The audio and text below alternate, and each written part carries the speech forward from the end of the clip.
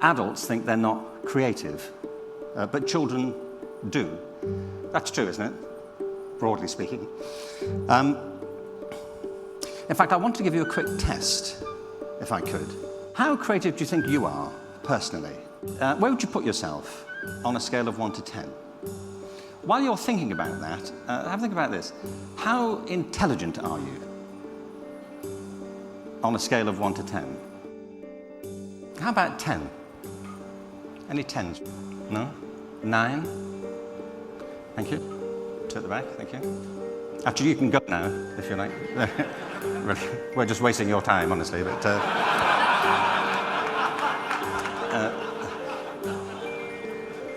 8, 7, 6, 5, 4, 3. It's getting tense, isn't it? 2. Any 2s? Okay. I never do 1, by the way. If you've got 1, you're not following this anyway, are you, to be honest? So... one last question. Last time you have to put your hands up. Put your hands up if you gave yourself different marks for intelligence or creativity. Okay. Now, the reason I ask you this is, I think you're all wrong, by the way. Yeah, obviously, apart from the 2 9s. Obviously, never argue with a 9, is my view. But the reason I say it is that I think most people operate on a very limited conception of creativity and of intelligence. So my question is, what were you thinking of when you gave yourself the mark? When you decided you could give a number for creativity, what was in your mind? When you gave yourself a number for intelligence, what was it you were thinking of? You see, my experience of it is that people operate on all kinds of misconceptions about creativity. They think it's all about the arts. Well, the arts are terribly important. It's not just about the arts. They think it's about special people. It's really not. If you're a human being, it comes with a kit.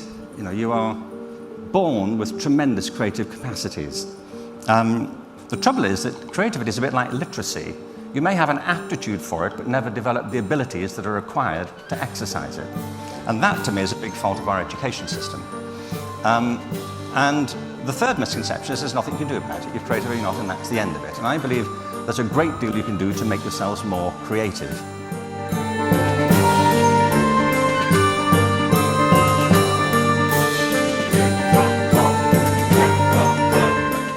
There was a very good program on the BBC.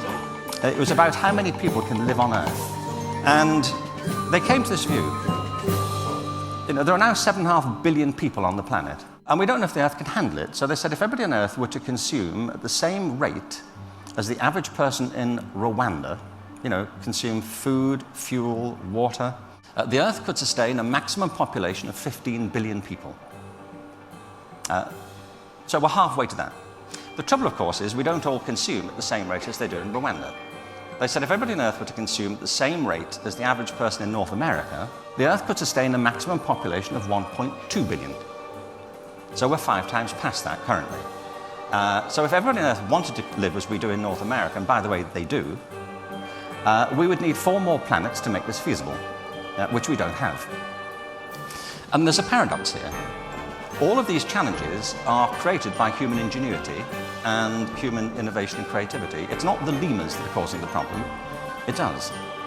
And at the very point where we need to get even more innovative, more inventive, more ingenious to deal with the challenges that we have created, our education systems are stifling the very capacities on which we're about to depend. Within us. When I asked you how intelligent you are, it's the wrong question. The real question is, how are you intelligent? The question is not how creative are you, it's how are you creative?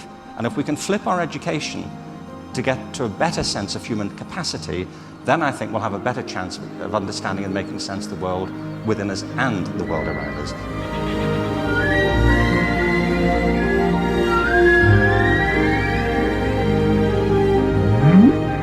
There was a wonderful quote from H.G. Wells.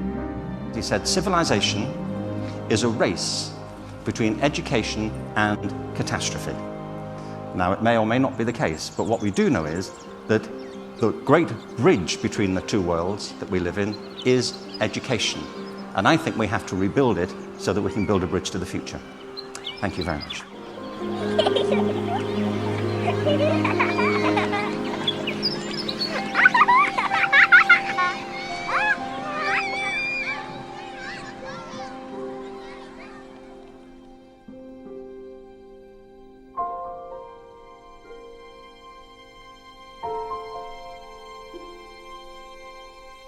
you.